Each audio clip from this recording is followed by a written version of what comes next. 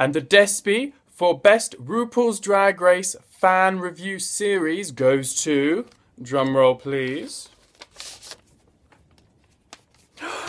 it's Chris Says It! Oh my god, I had absolutely no idea I was even nominated. This is such a surprise. I had no idea whatsoever.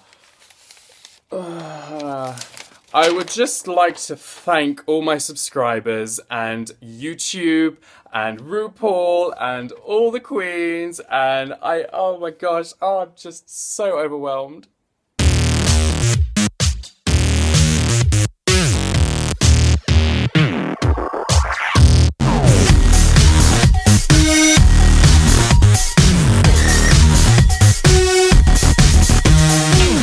Hello everybody and welcome back to the Kiki. Thank you once again for joining me. I'm so happy to see you all.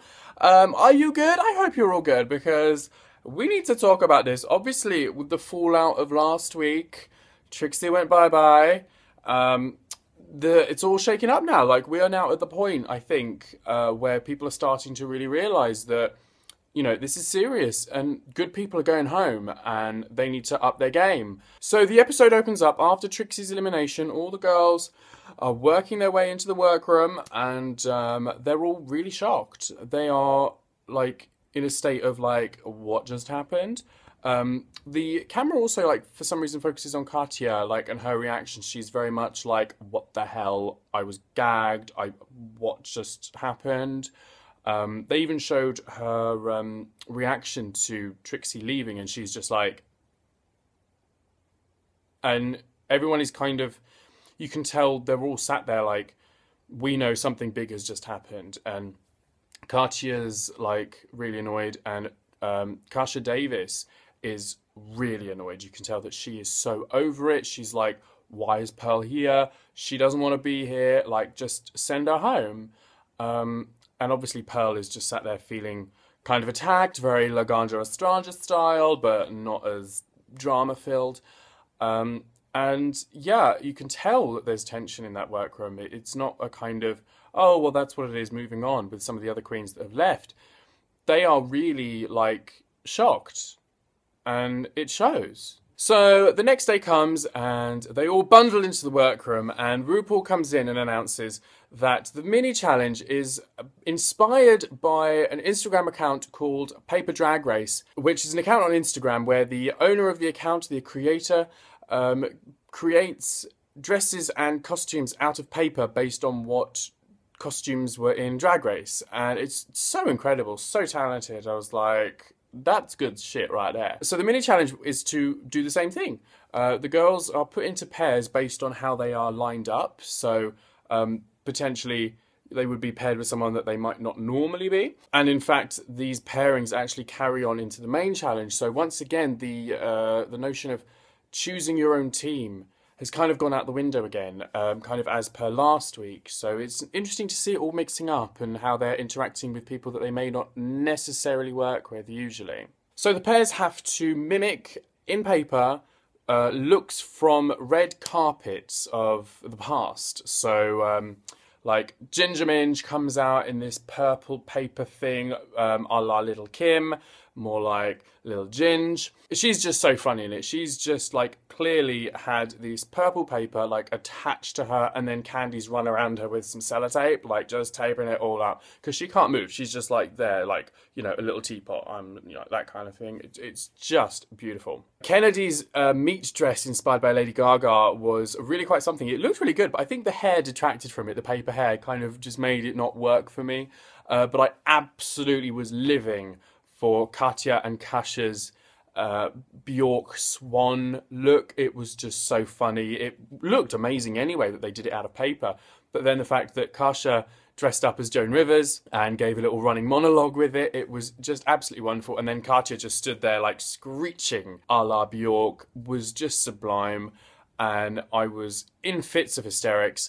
And so obviously those two are the winners of the mini challenge, and as such, Ru announces that they are the hosts for the first annual Despy Awards. So as hosts, they have the honour, privilege, the pressure of delivering a fantastic opening monologue, speech, banterous comedy routine for the show, and the rest of the pairs stay as they are, and they have to introduce best this, that, and the other, like, you know, the categories, the awards, that kind of thing. And they each have their own, which the queens get to nominate on themselves. So obviously, very good chance for some shade to be thrown. And some of the categories are things like meatiest Tuck and shadiest queen and that kind of thing. So, you know, really funny. A lot of chance to kind of make it funny and parody it and that kind of thing, but also a real chance to kind of, you know, just jabbing the stick a little bit into the queens. So I thought it was a really cool twist on the traditional kind of comedy challenges that they do, you know, of like the comedy roast of Ru that they did and that kind of thing. This is a bit of a twist and I really, really like it. You know, I'm absolutely loving all the titles and that kind of thing. There's only like 4 and I was like, we need more. So I thought what we could do is come up with our own ones. So comment below with your hashtag Drag Race Awards. What would you come up with? Like, so we've had like meatiest Tuck and shadiest queen and that kind of thing. I want to see what awards you would include in the Despies. So don't forget to pop them in the comments below. So the queens get to writing, and Violet and Miss Fame are put together, and you can see that neither of them are comedy queens. They are kind of funny in their own way, but in the same way that Alyssa Edwards is funny, that they don't even realise how funny they are. It's not like they've sat there and wrote down, I can't even talk today. What is going on with me? It's not like they've come along and can write a joke.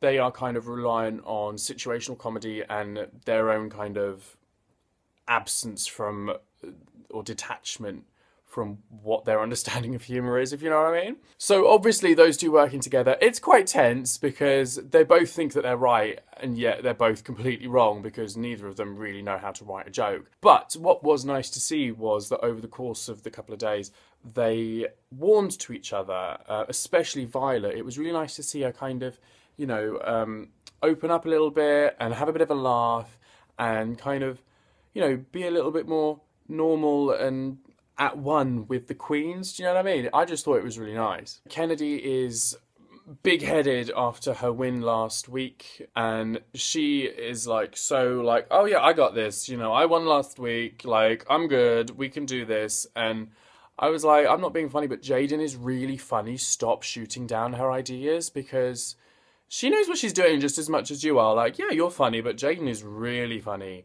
So, like, I would listen to her. She was in the top 3 as well, honey. Like, you know, don't be getting big-headed because thin ice, boo. Thin ice. Katya and Kasha are just really, really funny, bouncing off each other with all the banter. You know, Kasha is saying, oh, she's too young. I'm talking about all these people that she doesn't know. And she's like, no, I'm not that young. I'm just ignorant, which is just wonderful. Like, so typical Katya, that kind of self-deprecating humour.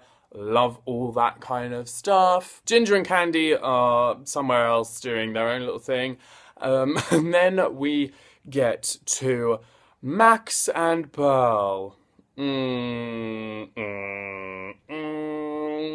we have to go there? Because it was so awkward. Oh my god, it was just horrible. Like, what did you think about this? Like, I need to know in the comments because this was cringe to watch. I was sat there like, can I change the channel?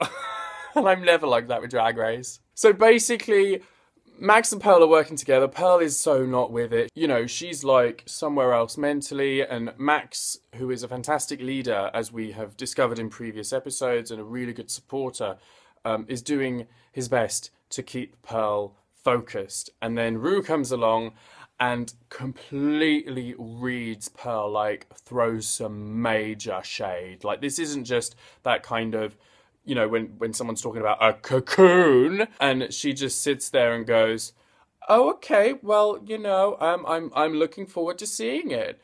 You know, you can tell she's not happy, or she might sort of push you in the right direction and be like, well, have you thought about doing this and that kind of thing? But for her to literally come over and say to Pearl, you have no personality, that bomb right there, you're like, what are you supposed to do with that? And the Despy for most awkward moment in Drag Race history goes to...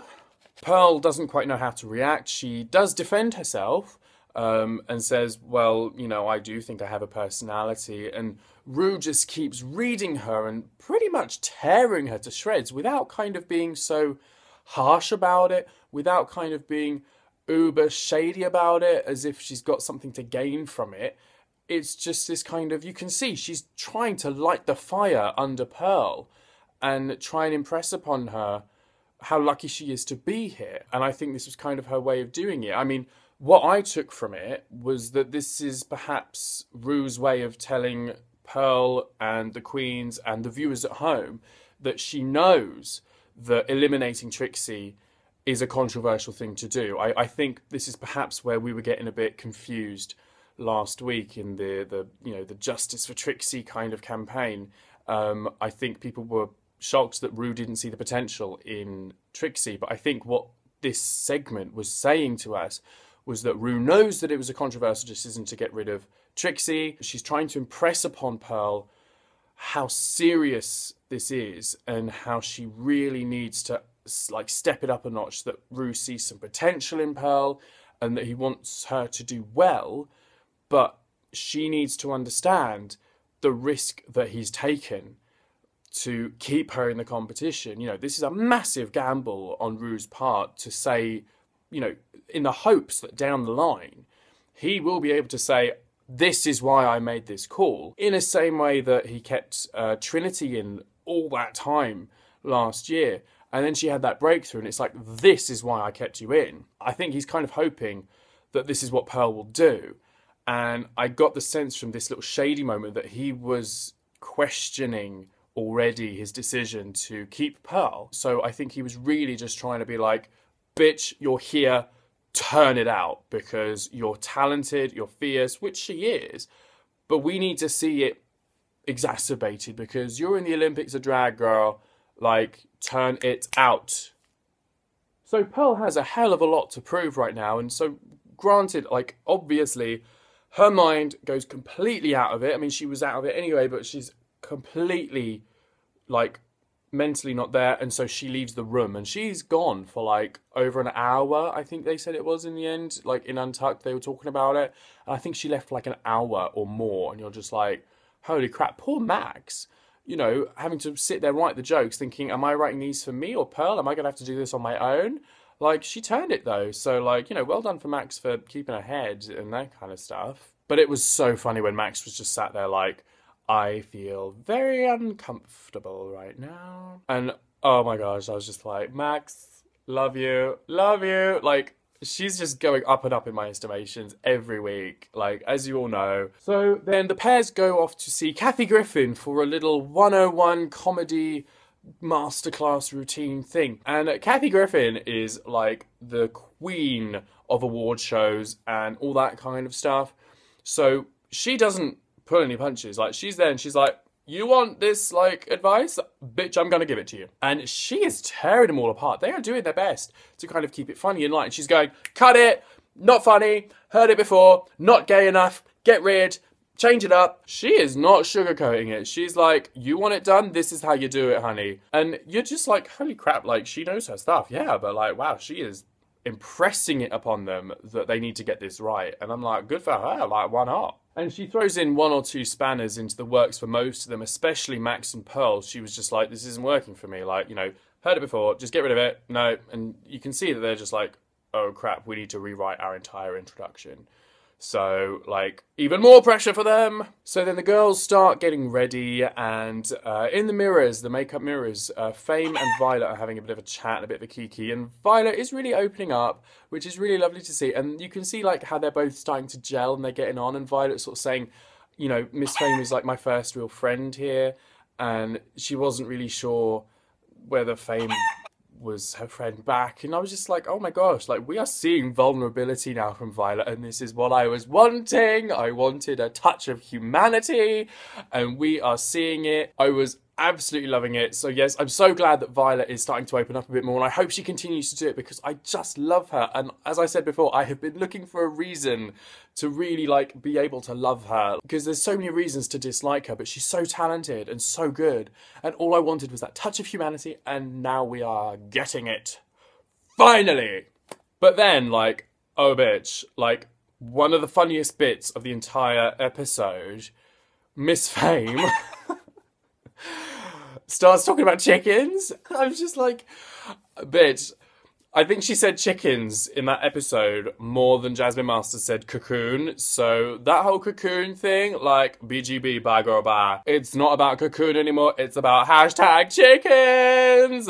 Oh my god. She was brought up on a chicken farm, but like, bitch likes to talk about chickens. In the same way that Chad Michael used to talk about Cher, this bitch talks about chickens. I mean, part of me's thinking that she's either going to dress up for Snatch Game as an actual chicken or maybe Colonel Sanders from KFC. Not really sure at the moment. It's 50-50.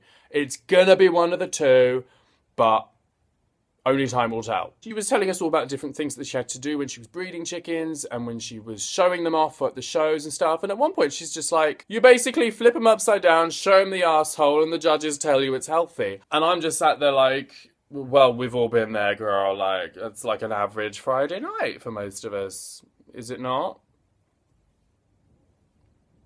And bitch sounds like a chicken. She can, like, you know, do that whole, well, I can't do it, but the voice of a chicken. She can do it. She, like, with her throat, like I can't do it because, like, I wasn't raised on a chicken farm. I have, like, other things to do. And the Despy for most hilarious backstory goes to...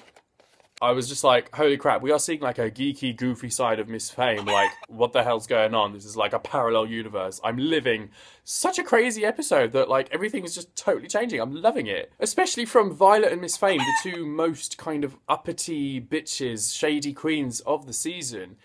To have them both kind of funny, opening up, geeky, goofy, and to have the bitches to be so endearing. Like, when have we ever had that? I loved it. I thought it was such a cool moment.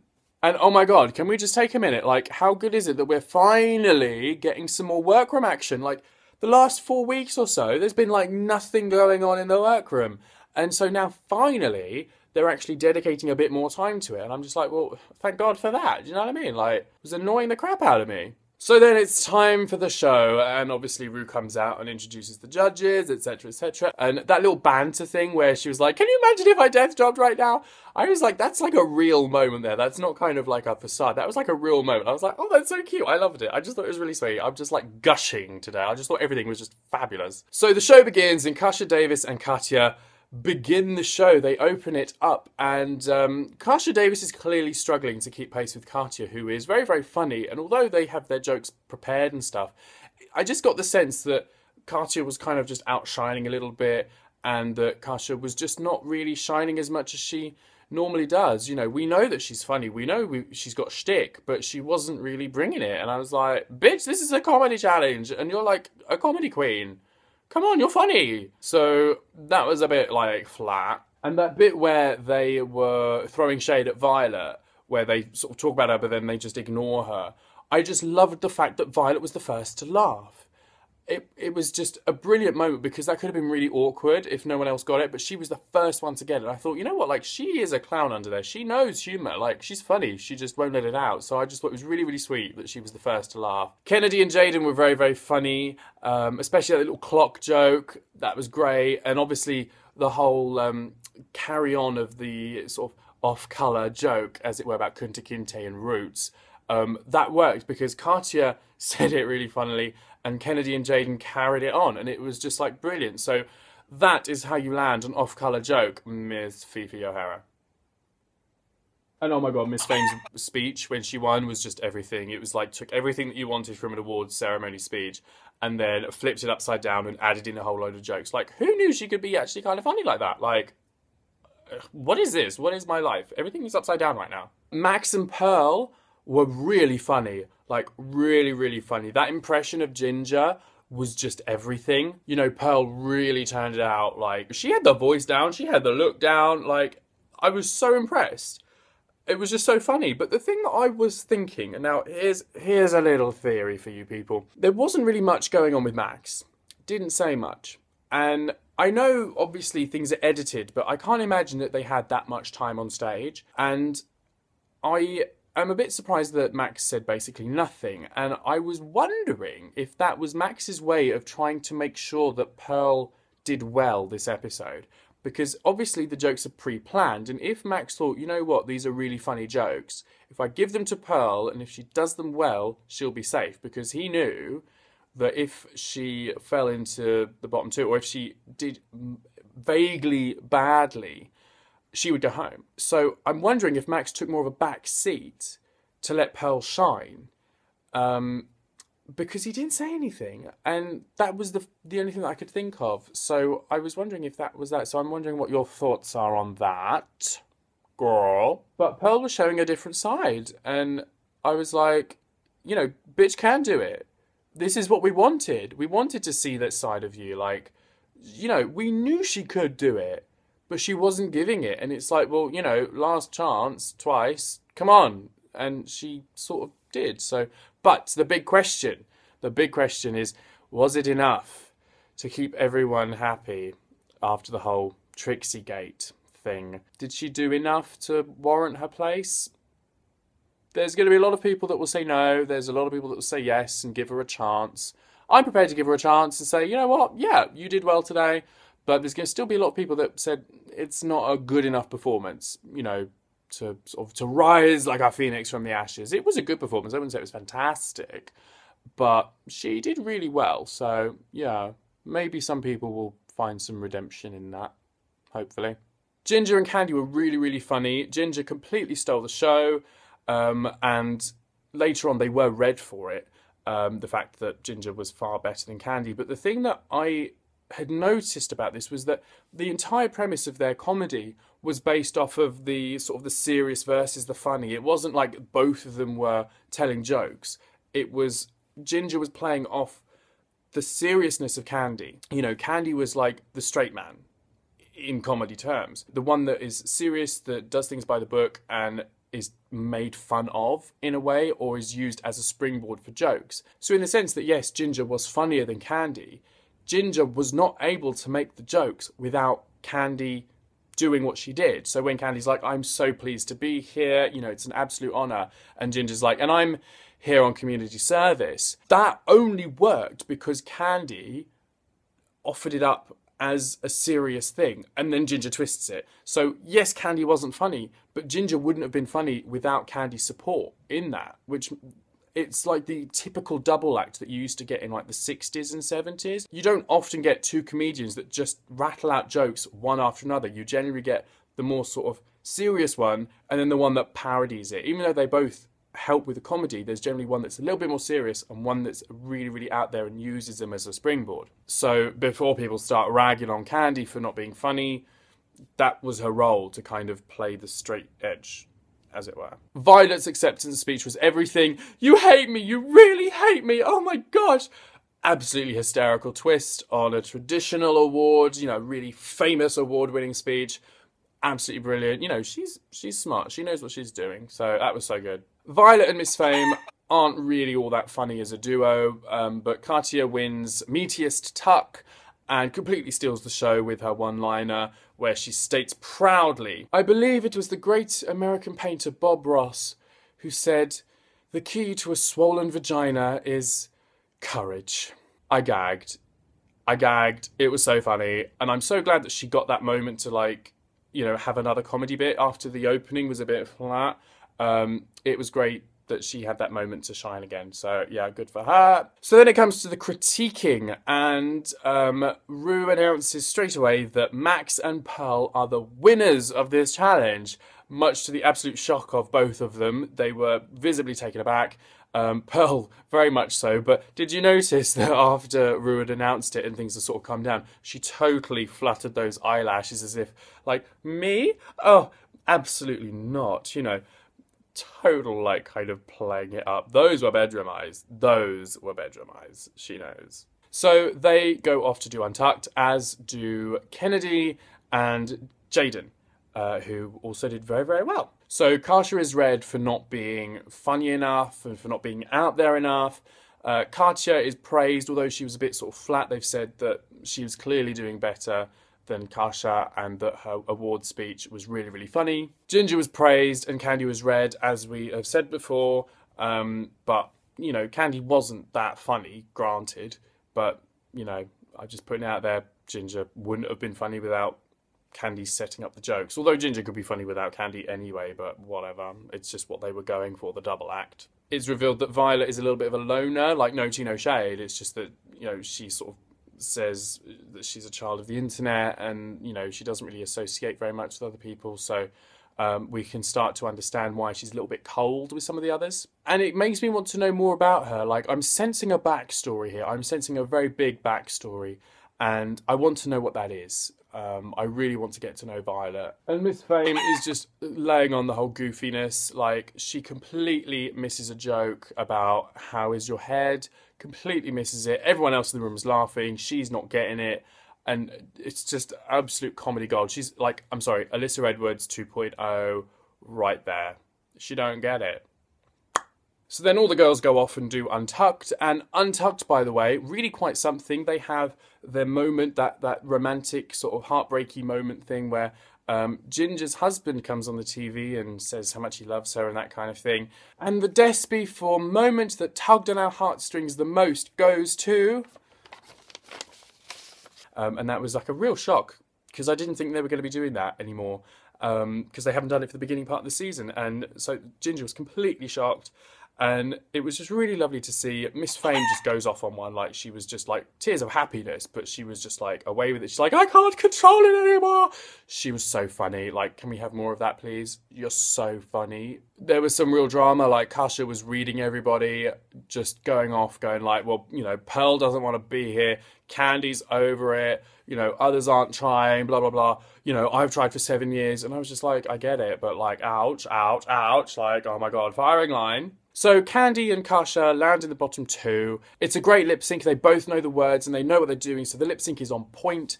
Kasha Davis starts the lip sync much more powerfully than Candy. She is like working all over the stage. She's a lot more high energy, and Candy's a little bit more slow and pointed.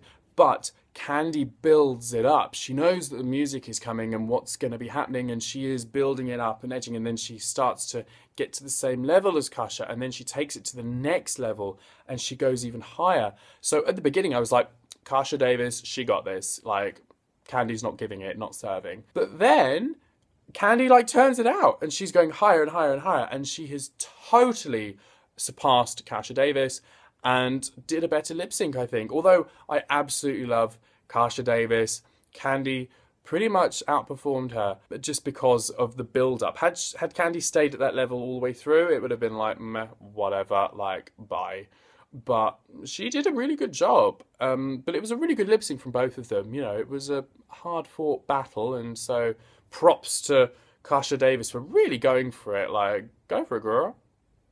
So Mrs. Kasha Davis is eliminated and Candy Ho gets to stay, and I'm really sad to see Kasha Davis go. I really liked her. I thought she was really kooky and fun and quirky, and I loved that whole kind of old school kind of suburban housewife drag. I thought it was really funny. I was like, oh, I wanted to see more of her, because she was so old school, like, as they said before, Cowardly Lion, oh, it's, Liza with a Z, not Lisa with an S, oh, Judy Garland, Dorothy, oh, it's Davis with an S, not Davis with a Z. Oh, cabaret, jazz hands, oh. That was a really bad Kasha impression. I was practicing that in the shower and it was like really good before. So she had to sashay away, but she left a parting message of, it's always time for a cocktail. Love it. Because it's true. It's true. Someone get me a Cosmo. Thanks. So that's it, basically.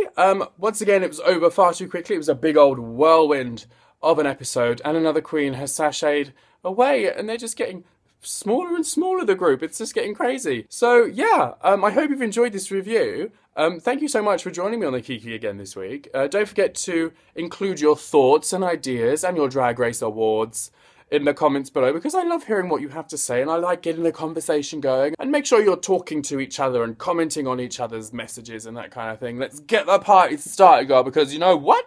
This is the Kiki, and we're all friends here.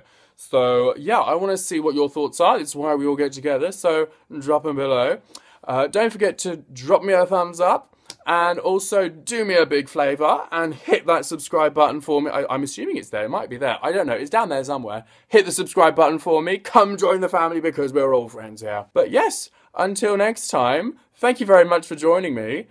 Be good, be safe, keep out of trouble where possible. And as always, childrenizers, stay fierce. Oh, take care, guys. See you later. Bye. Mwah.